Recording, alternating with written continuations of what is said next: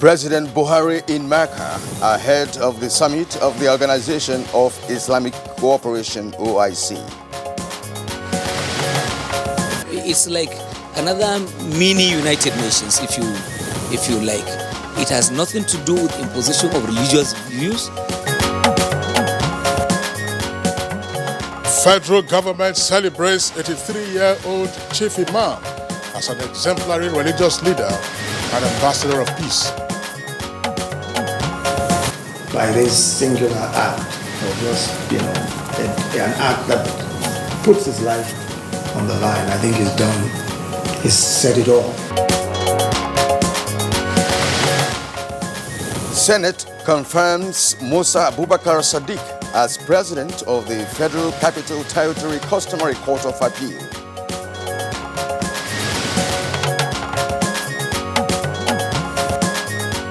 On Good Morning Nigeria today, we shall focus on 20 years of uninterrupted democracy in Nigeria.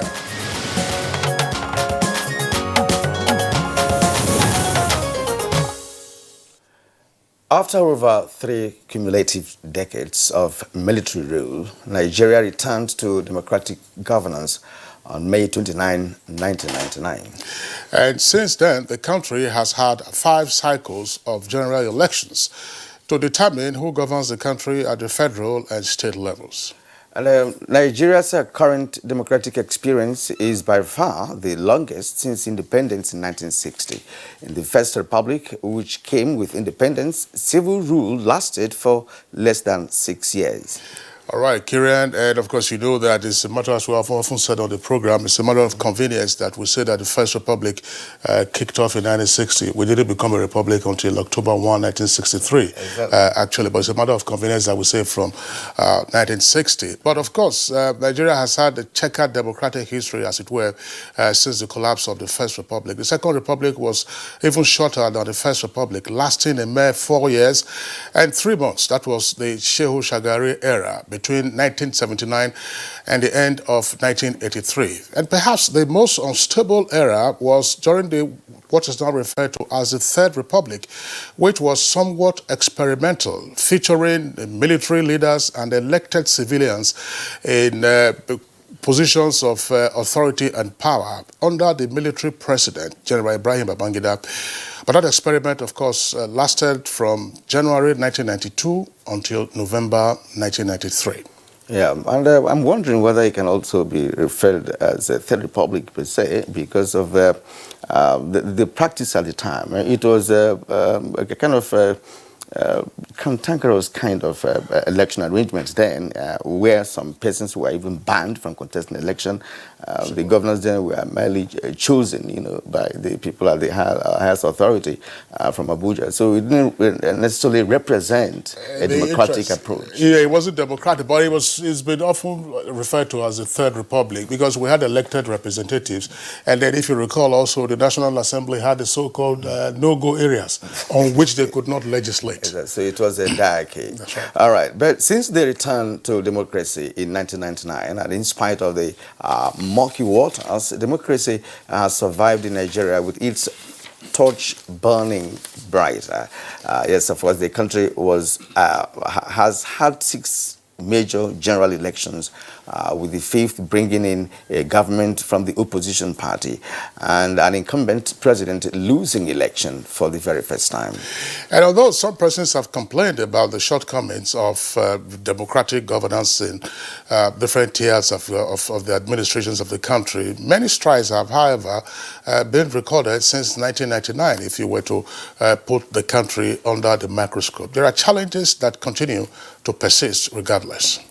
All right. Well, notable among some of the achievements and challenges are the infrastructural projects going on in various sectors of the economy, which includes water, roads, health, rail development, and social intervention programs across the country. Significant strides have also been recorded in the anti-corruption crusade and war against insurgency. And of course, since 1999, the country had always celebrated Democracy Day on the 29th of May.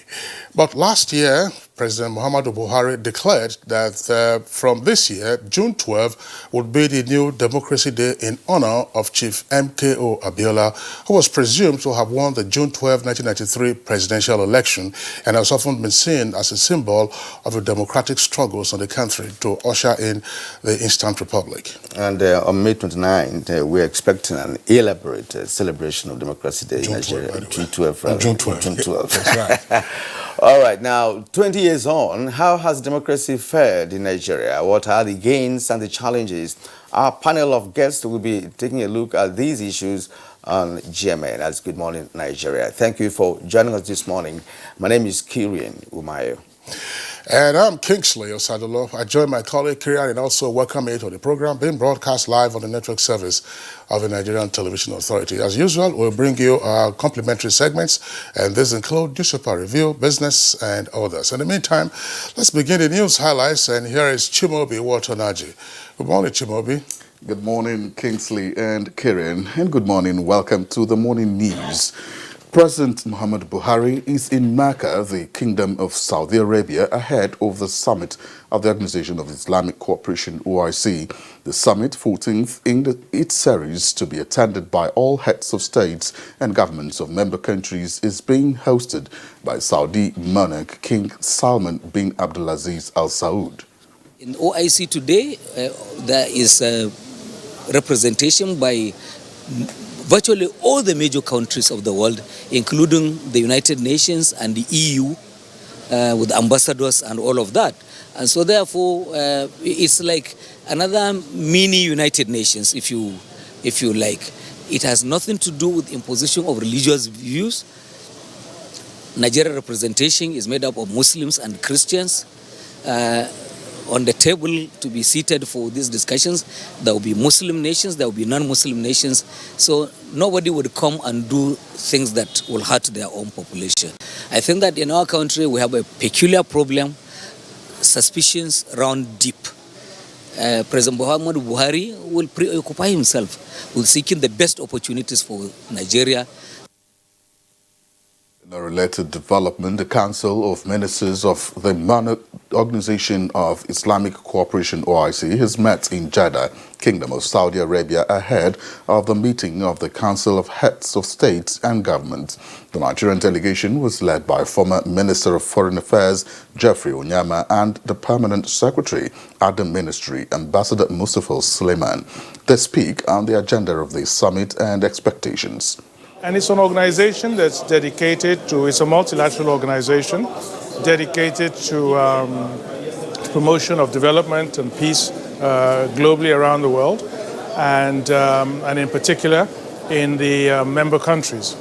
Now the expectation all the time is that such forum will address these global issues as they relate to member states, and try to define a framework for addressing such issues for both member nations and and globally also. Away from the OIC, barely 36 hours after his inauguration for a second term of office, President Muhammadu Buhari has returned to the Grand Kaaba in the holy city Mecca. His mission not only to intercede for Nigeria, but also seek divine guidance in the execution of his mandate for a secured, peaceful, united, and prosperous Nigeria. Vice President Yemi Osinbajo has expressed gratitude to Nigerians for the trust reposed in the President and his team. The Vice President at the inauguration gala night held at the State House Conference Hall in Abuja reiterated the administration's commitment to good governance. The beauty of democracy is the orderly and civilized process of transition. But perhaps more importantly is the sanctity of and respect for the will of the people and the choice of the people. On February 23rd, the Nigerian people freely made a choice to re-elect President Muhammadu Buhari for a second term in office. It was that choice that we celebrated with pomp and pageantry this morning. We are grateful to the Almighty God for the grace by which this was made possible, and the Nigerian people for trusting us yet again. That trust will not be betrayed.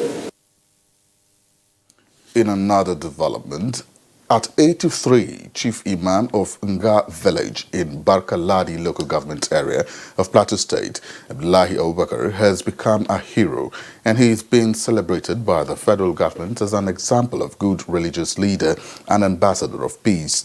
Imam Abdullahi Abubakar, who demonstrated a courageous act to save over 300 people during an attack on his village in June 2018, is also being recognized internationally.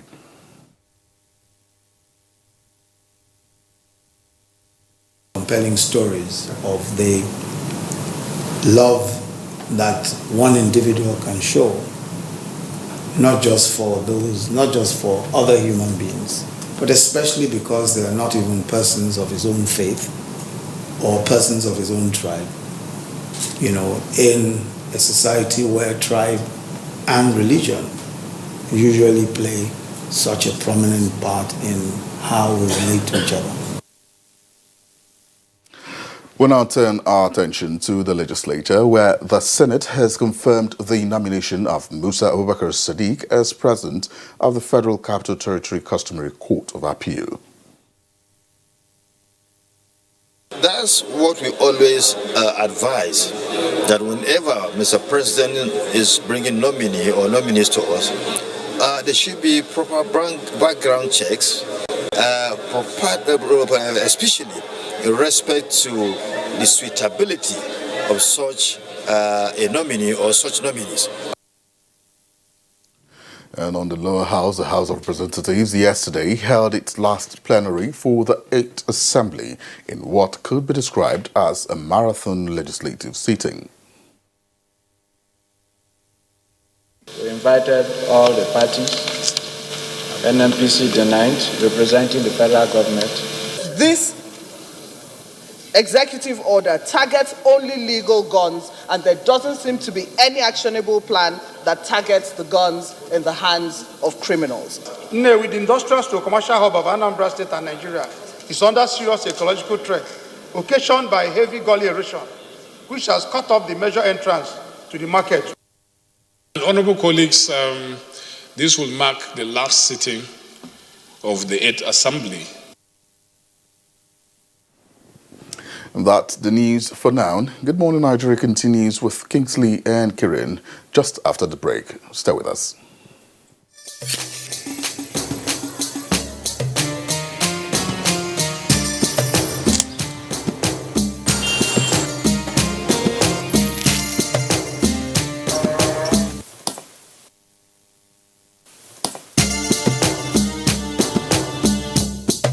It's Ramadan. It's okay to share what you love.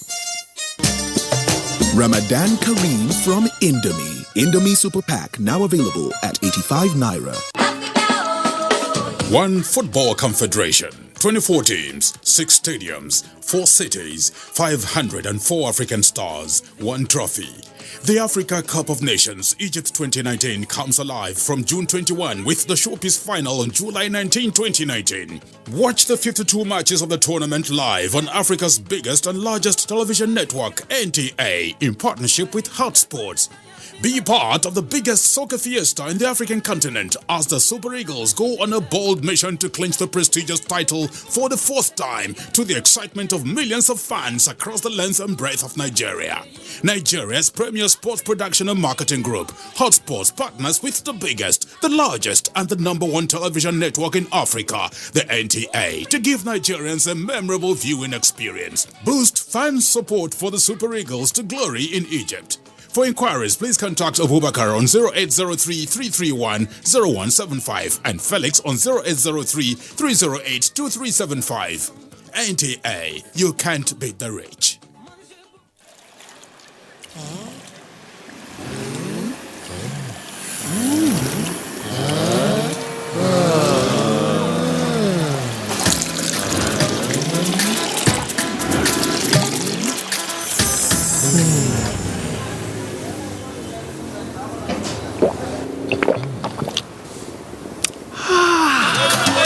Enjoy the complete tea with the new Pick 3-in-1 Instant Tea Mix.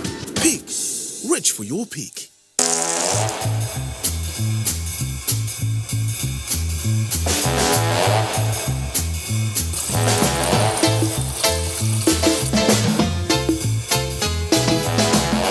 There's a smarter way to live with Airtel Binge Plan, the ideal data plan for those heavy data moments. Get a 2 GB daily binge plan for 500 naira. Dial *141# to activate. Live smarter with data. Airtel, the smartphone network. NTA Television College Jos announces admissions into 2-year diploma programs in film and television production, television engineering, and broadcast journalism. The sale of forms will commence on the 13th of May and run through 30th July 2019. Admission forms can be obtained from all marketing offices, NTA state capital stations, zonal centers, or at the office of the academic secretary, NTA Television College, Rayfield, Jos. On payment of a non-refundable fee of 7,500 naira in bank draft in favor of NTA TV College. Applicants can also obtain the forms through the NTA TV College portal at www.ntatvc.edu.nj. Applicants are required to possess 5 credits in GCE or SSCE in relevant areas of study in not more than 2 sittings, including English and mathematics. All properly completed forms attached with photocopies of credentials must be submitted on or before 30th July 2019. For further inquiries, please visit our website at ntatvc.com or call 0803 3144 383. NTA TV College, training you to be the best you want to be. Registrar Announcer. Well, we thank you for staying with us on Good Morning Nigeria. Now, let's go business. African Union envisages boost in intra-African trade by 60% by the year 2022 through elimination of tariff as China accuses U.S. of fueling trade war. Let's now join Kunle Adeye for details. The African Union hopes a progressive elimination of tariffs will help boost intra-African trade by 60% by the year 2022. The initiative, African Union hopes, will be a continent-wide market of 1.2 billion people worth $2.5 trillion. The agreement's operational phase is to be launched on July 7 at an AU summit in Republic of Niger. There are still a number of outstanding issues to be resolved, including arbitration measures, certifying the origin of goods, tackling corruption, and improving infrastructure. 52 of the AU's 55 member states have signed the agreement to establish the free trade area since March 2018, with the notable exception of Nigeria, the largest economy on the continent. Other leading economies like Ethiopia, Kenya, Egypt, and South Africa are among the 24 nations that have formally ratified it. Some economists are of the view that Africa is largely ignored in the US-China trade war that could rock the world economy and could also affect the free trade initiative. And China has accused the United States of America of fueling a trade war. The world's leading economies are at loggerheads as trade talks have apparently stalled, with the US President Donald Trump hiking tariffs on Chinese goods earlier this month. China has hit back with its own tariff increase that will take effect from June 1. And let's see how tradings went on Thursday on the floor of the Nigerian Stock Exchange.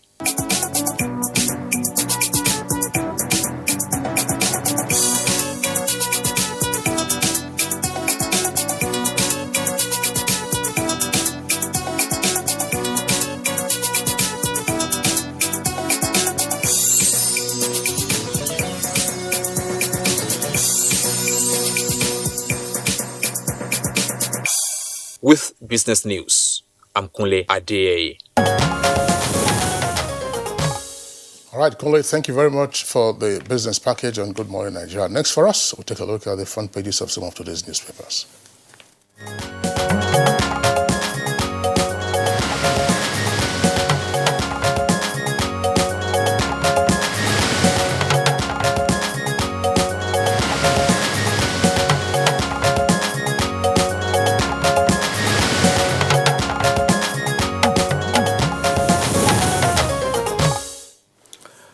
Bayo Atayebi, our newspaper reviewer, is here with us again, as always. Bayo, good morning and welcome. Thank you, Kira. Good morning. Good morning, Kisley. Good morning, Nigeria. All right, Bayo, good to see you. About 5 of them here. Yeah, let's begin with you. Okay, the Sun newspaper, Daily Sun newspaper, just by the right-hand side of the nameplate. More troubles for Shomole. with Rider, APC chieftains insist he must go. It's on page 4.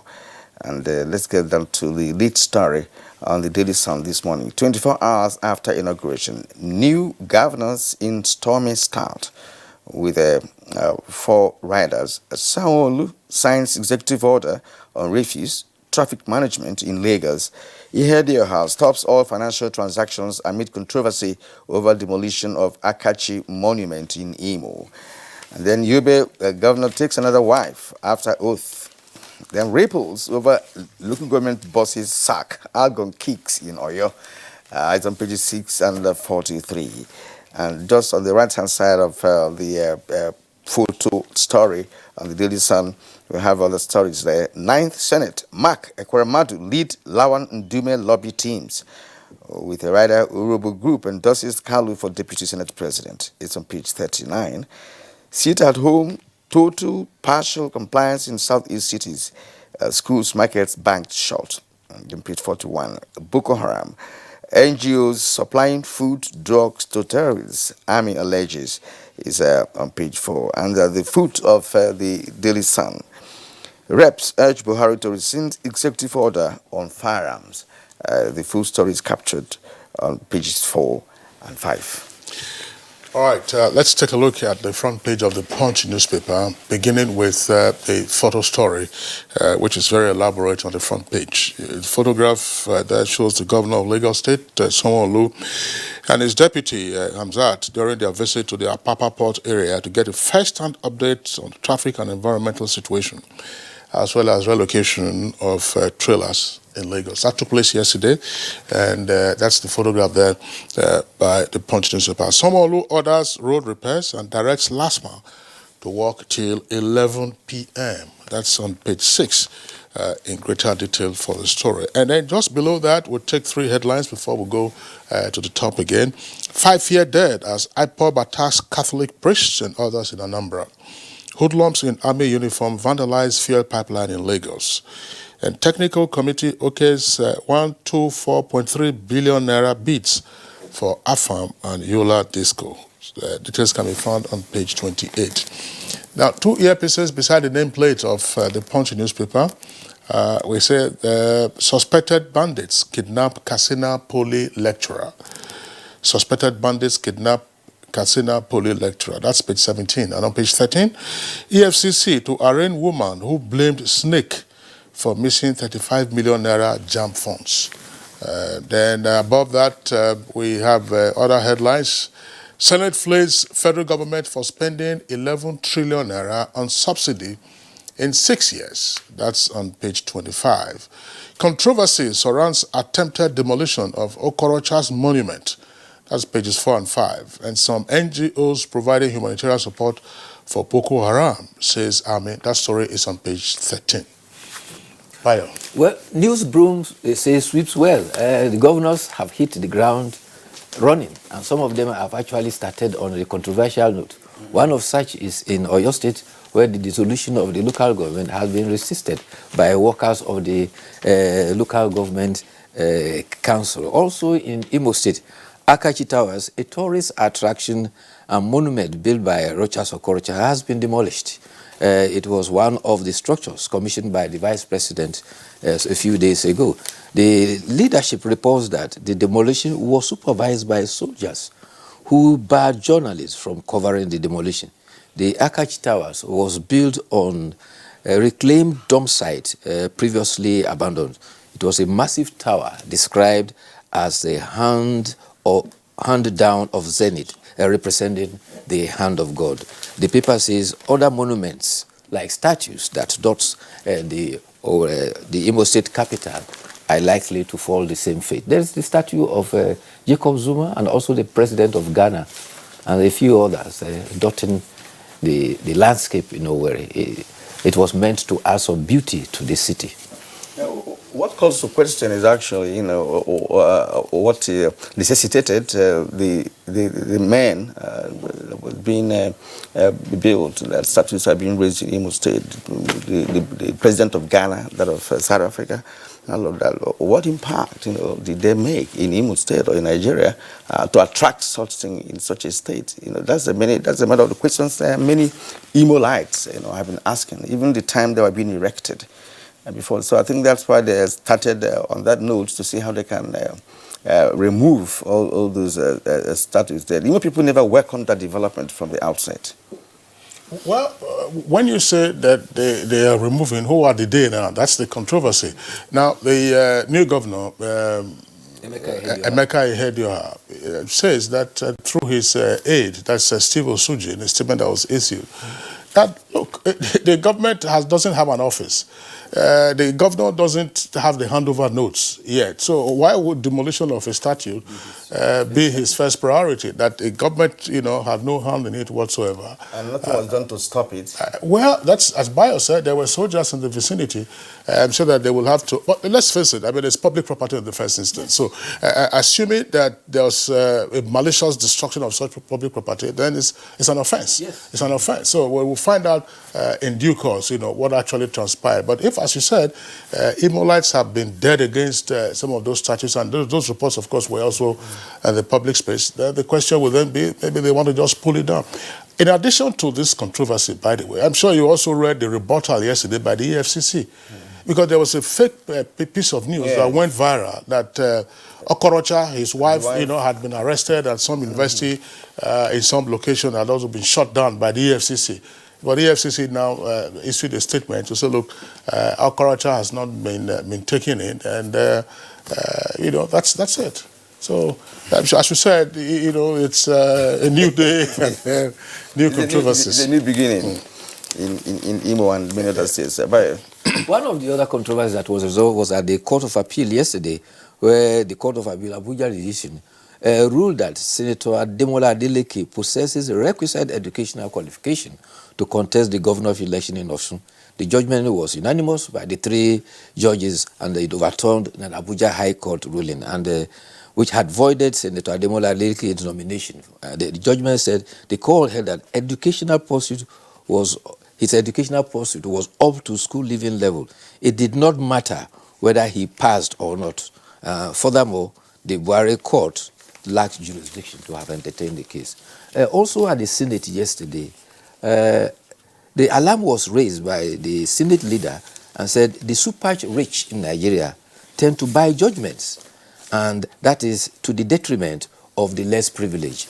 The Senate leader, Ahmed Lawan, said that there's concern when the Senate considered the approval of the appointment of Justice Abubakar Sadiq as President, Customary Court of Appeal of FCT. He said, our society where people who have so much money buy judgments, we want a society where those at the lowest line, the vulnerable ones, the disadvantaged, can go to court and get judgment because they deserve it, regardless of their status. The Senate considered and confirmed the nominee. Okay. All right. Let's go to the Daily Trust newspaper and take some top stories on the front page. Daily Trust. Below the nameplate, court orders reinstatement of Guazo as SEC DG. And APC, more calls for Oshamale to resign. It's on page 13. And the lead story, SSG's others emerge as governors make first appointments. Buhari yet to announce any appointment. That's the rider to that lead story. And below the photograph here, Yobe Governor Wells Gedam's daughter, page 7. Senate okays 129 billion naira subsidy payment to 67 oil marketers. It's on page 3. And experts expose ways to fund national carrier on page 16. Okay, now we'll go to the Nigerian Pilot newspaper. Below that, you have the headline also on the court ordering the reinstatement of the suspended SEC DG, that's Guarzo. Details of that story can be found on page 5. On page 9, in greater detail, corruption, poverty and unemployment, threat to national security. That's attributed to the National Security Advisor. Senate slams federal government over fuel subsidy with 4 riders, says it paid 11 trillion naira in 6 years without National Assembly approval. Warns that such action is dangerous to nation's economy and approves fresh 129 billion naira to 67 oil marketers. Once 50 oil companies indicted for subsidy fraud sanctioned. Now, below the photograph there, you have other headlines. It says, Nigerian Army warns NGOs against sabotage. Court grants musician Naira Marley 2 million naira bail over alleged fraud. And Energy Commission DG says 20 million houses have no energy. That's page 12. Senate kicks against alleged plan to downgrade Enugu Airport. And Senator Lawan, as Kirian read earlier, alleges rich Nigerians buy court judgments. There's this human interest story. An 83-year-old Nigerian cleric, Imam Abdullahi Abubakar, has been hailed as a national hero. Vice President Shibajo described the Imam as his action as a wonderful act when a man offers his own life for those who are not people of his own tribe. It happened on June 23rd when over 200 persons were fleeing from killing bandits at Gindi Akwati village in Plateau State. Imam Abdullahi had rescued the fleeing Birom people, majority of who were Christians, and he was on his knees begging the attacking marauders, insisting that they would rather kill him than allow them kill the people that were taking refuge. Professor Sibajo said his singular act did so much to promote peace than most politicians have done. Vice President urged politicians to avoid using religion and tribal sentiments to divide the people. His name is Abdullahi, and Abdullahi translates to the servant of God. Yeah, yes. That's very heartwarming, the news from Plateau. Now, in addition to the exemplary conduct of the chief imam that you just described, there is a community called Dadinkowa, also in Plateau. I think it's somewhere around the Jos area. Jos Metropolis, yes. They had devised some peace-building mechanism that had worked for them for quite a number of years. And that was also being recommended for other parts of the country, where you have communal conflicts, flaring up from time to time. So there are things to study from Plateau. I mean, Plateau is not just the fact that it's a lovely location, but that has been drenched in blood in recent years. But that in all of this, there are instances of peace-building measures and peace-keeping efforts, by the community leaders themselves. That Dinkowa literally means the happiness for all. And so it's very instructive if such a recommendation is coming from that area. It's a peaceful, quiet area. I have had the opportunity of living in Jos. It's a place I loved. But unfortunately, these are the challenges we are having. It's the same thing Kaduna. Kaduna has always been a melting pot until the divisiveness came in, and then you had all these crises, and the city was virtually divided into sectarian portions. Such examples must be followed to ensure that our unity is wedded together. And in recent times, in the middle belt, there has been this these are historic, crises. It's been there for 50 years or more, and all that, and they happen more in the local government areas, in some local communities, right? So that's why it's becoming a bit difficult, to see how they can, come together on a peace table and make amends. Because of course, if you did not make amends, this will persist in that part of the country. Kirian, I know you want to take the editorial now. Bayo, there's a story we read, Kirian and I took it from different papers, about the National Industrial Court ordering the reinstatement of the suspended Director General of the Securities and Exchange Commission, Guazo. You recall, of course, he was suspended, by the then Minister of Finance, Mrs. Kemi Adeosun. What is of interest to me from the stories that we have read so far, I have not had the benefit of reading the entire judgment, but one aspect that I find a bit interesting is what his lordship said in delivering his decision. He said that the minister has no authority to suspend the Director General, and that if there was to be any such suspension, it ought to come from the president, the appointing authority, through the permanent secretary, who would then, of course, send the letter communicate the letter. But SEC has no board. And in terms of governance in public service, you're familiar with this. In the absence of a board, the minister, the chief executive or the parastatal reports or seeks clearance or deals with the supervising ministry. Yes. In this case, through the permanent secretary to the minister. So how can you understand what I'm saying? So if SEC had no board at the material time, it was said. Now his lordship has held that no, you're supposed to deal. Are you supposed to now get instructions from the president to the permanent secretary, and that the minister has no role? Whereas in the practice, in the governance in public service, in the absence of a board, it is the minister that you refer to. Exactly, and one will also argue that the DGs are political appointments, from the way we operate in this country. So if the minister does not have the power to suspend a DG, both of them are the same political, level, exactly, in terms of tenure appointments, right?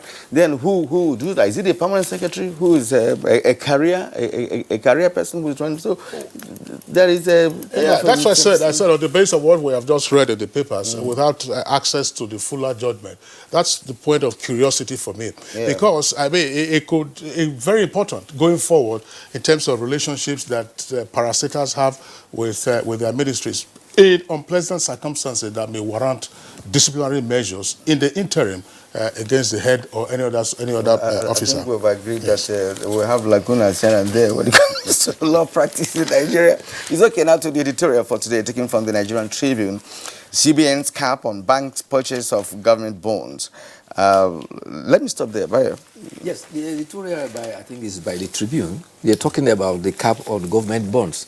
It may be recalled that at the MPF meeting of the central bank recently, the governor of central bank also made that pronouncement that banks must be weaned from treasury bills and government bonds that they are making money from. And the whole essence of it all is to ensure that they concentrate on their real sector stimulation so that they can enhance growth. And the editorial is saying that attention has to be looked. Why is the banks concerned about treasury bills and other government bonds rather than concentrating on lending to the sectors? And the editorial is saying that it's because the productive sector is no longer productive, and therefore lending is so expensive and production costs have been so high that people don't find it very profitable. And it has also raised an alarm that money banks are likely to be in some temporary problems now because of the new detour. And the editorial is making recommendations that they should make lending a lot more easier and cheaper so that it will be attractive to encourage investment. And from all indications, at the end of the first quarter, already growth records had indicated about 2.1% increase, far ahead of the projection by the IMF and even the World Bank, even already in the first quarter. That shows that the potential for growth in the year could be higher. But like it's always said, ordinary person is not seeing that growth in the ground. And that is the essence for which the central bank is enforcing that kind of directive so that that growth can lead to development. All right, Bayo, thank you for being with us on the program today. We do hope you enjoy the rest of your day, and in particular, have a lovely weekend. Thank you very much. Okay, it's Good Morning Nigeria on the network service of the Nigerian Television Authority. We're taking a short break now. When we return, we'll continue, or rather, we'll begin our series now on 20 years of uninterrupted democracy in Nigeria.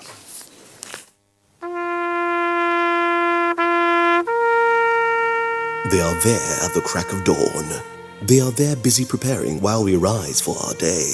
They are there silently, guarding, waiting, listening, and watching. They are there ready in the sky above and the waters below, in the blistering heat of the day, in the dead of night, willing, indefatigable, determined in the defense of the sovereignty of our country. They are our first line of defense and our last. They who have paid the ultimate price in defending us. They are fathers and uncles. They are mothers and sisters and girlfriends and boyfriends. They are brothers and cousins and best friends and neighbors. They are classmates, colleagues, and citizens of this nation. They are our defenders and deserve our respect, our prayers, our thoughts. Nigeria, please support our armed forces. Milo Ready to Drink with Active Go is made with the natural goodness of milk, malt and cocoa with essential vitamins and minerals, so you can pack the winning energy of Milo into your lunchbox to make sure your chop is always ready to keep winning every day.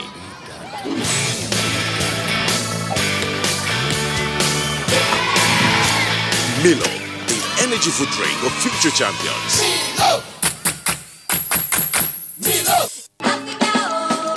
One Football Confederation, 24 teams, 6 stadiums, 4 cities, 504 African stars, 1 trophy. The Africa Cup of Nations Egypt 2019 comes alive from June 21 with the showpiece final on July 19, 2019. Watch the 52 matches of the tournament live on Africa's biggest and largest television network, NTA, in partnership with Hot Sports. Be part of the biggest soccer fiesta in the African continent as the Super Eagles go on a bold mission to clinch the prestigious title for the 4th time, to the excitement of millions of fans across the length and breadth of Nigeria. For inquiries, please contact Abubakar on 0803-331-0175 and Felix on 0803-308-2375.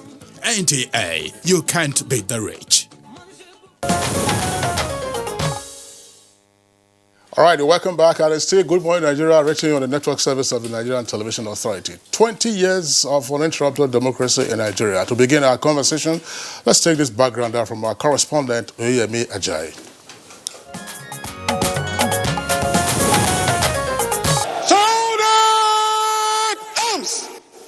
The year 1999 will remain the watershed of Nigeria's uninterrupted democratic system of government, after years of interrupted democratic and consecutive military systems of government.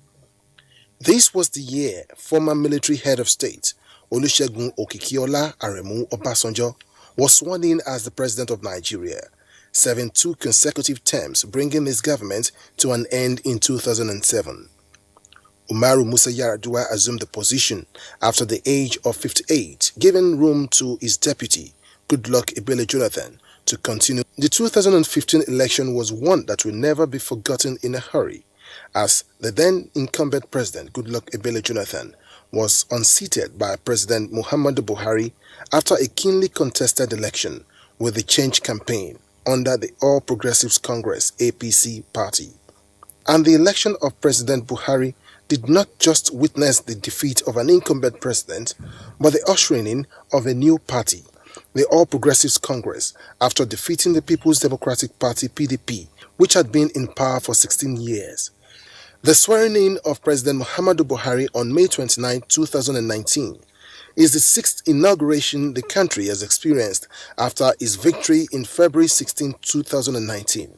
We will continue to do our best. What are you expecting from Nigerians? To continue to give us the opportunity to be peaceful so that we can perform better with the limited resources available to us relative to our requirements. No doubt, Nigeria experienced many challenges such as insurgency, poverty, economic challenges, industrial actions, inflation, kidnappings, even recession. But these would not take away the fact that many achievements were made in several areas, especially the agricultural sector, as part of the diversification of the economy, as well as the revival of some moribund projects such as the rail system. Now, what more are the expectations of the people from this administration as they commence the next level drive, and how has the government fared so far? Guests on NTA's Good Morning Nigeria will be answering these questions shortly.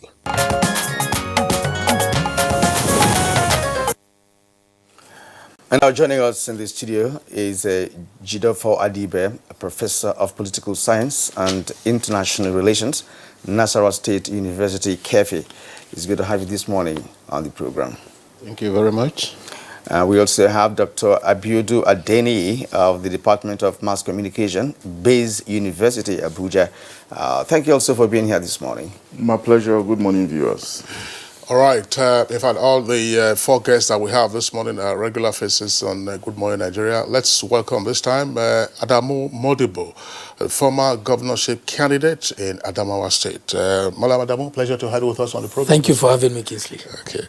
And also here with us is a lawyer, Esther Uzoma. Esther Uzoma, very well known face, is the co-convener of the Nigerian Civil Society Situation Room, usually very active during elections. Esther Uzoma, pleasure to have you with us on the program. Pleasure. Thanks, well, okay. Gentlemen and lady, it's our pleasure to welcome you to this edition of the program. Now, 20 years of uninterrupted democratic governance. We started out in 1999 and we saw the administration of former President Obasanjo handed over to Yaradua, from that to Goodluck Jonathan, and today we are talking about President Muhammadu Buhari, who also started in 2015. Now, let's try and contextualize the leadership style of these leaders and the general political actions and inactions within this period, and see how far we have gone within this period of uninterrupted democracy in Nigeria. And I'd like to start with Adamu Modibo. Yes, thank you very much, NTA, and thank you very much, viewers. We are here to discuss, as you said, the uninterrupted, unbroken 20 years chain of democratic rule in Nigeria, and the experience so far, the challenges, the successes we have recorded, and so on. I think we have gone a very long way. This is the first time that we have had this length of time without having to break the trajectory of democratic rule in Nigeria. Our experience has also grown from when we started in 1999, this republic, when we started in 1999, and what we went through, particularly during elections in 2003, 2007, 2011, 2015, and now 2019. A lot of water has passed under the bridge, and overall I can say that we have not done badly. But there are very serious areas that we have recorded successes and areas that we have not done very well. For example, if you look at elections, how do we conduct our elections? You can break that into two, the primary and the secondary elections. The primary elections are those that are conducted by the political parties to bring out candidates. The secondary election is the one conducted by INEC as the part of the general election. Being a participant since 2003, I ran in 2003 for the governorship of my state, and I went as a lawyer. I prepared my election petition. I went to the court. I won at the court of first instance. I lost at the Court of Appeal level, and Court of Appeal then was the highest you can go in the governorship election petition. The way elections were conducted around that time is so different from the way they are conducted today, mainly because INEC has done very well in terms of reforming the way we do elections. Literally, in 2003, incumbents or the powers that be can go and sit down in one house and write the results of an entire local government.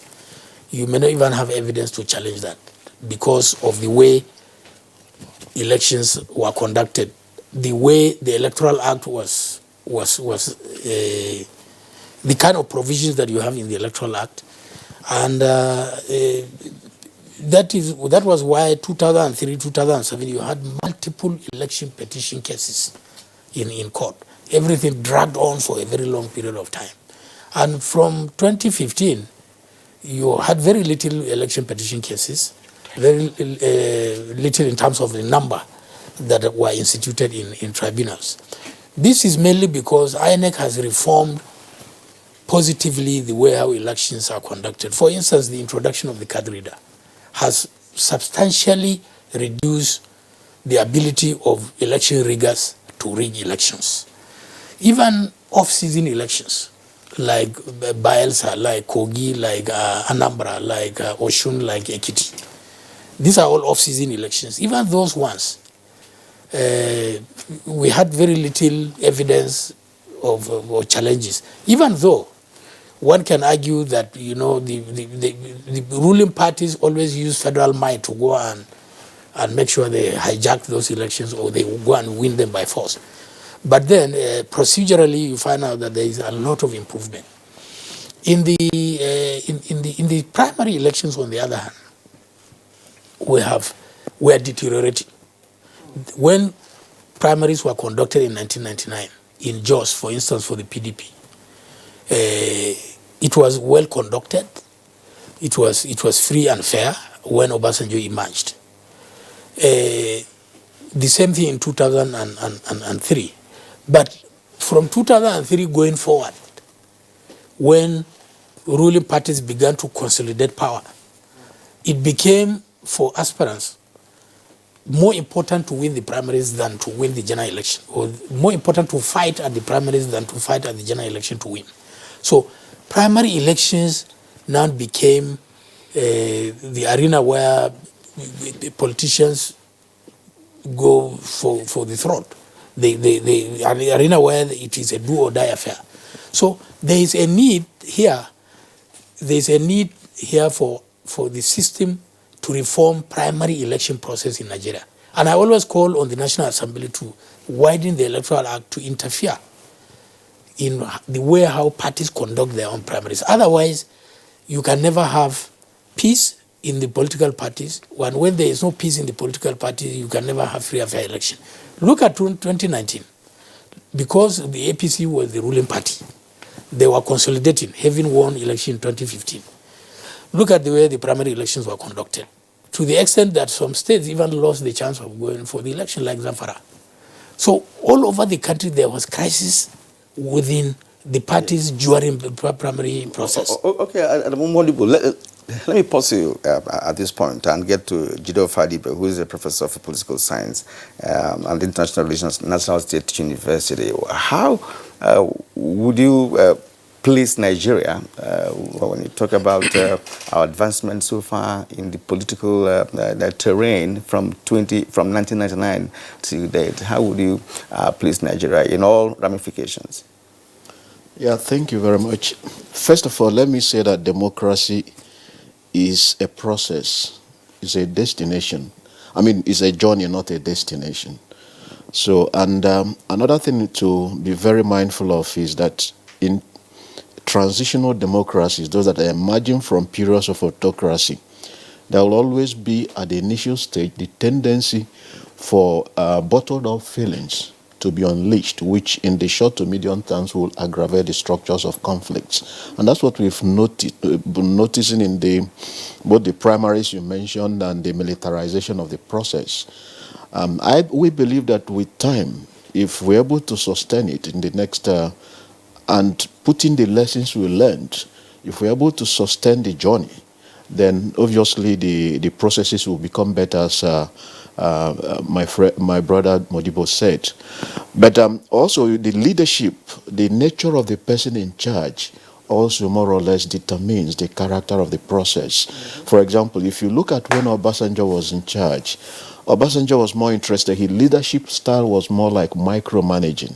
So he gets very interested in who is there, who is running for that, and takes interest in the minutest details. And that also affected the character. Sometimes he doesn't like your face, he will engineer your removal. Then you get to people like Jonathan, who was more or less at least seen as a gentleman, who being a politician but not in the mold of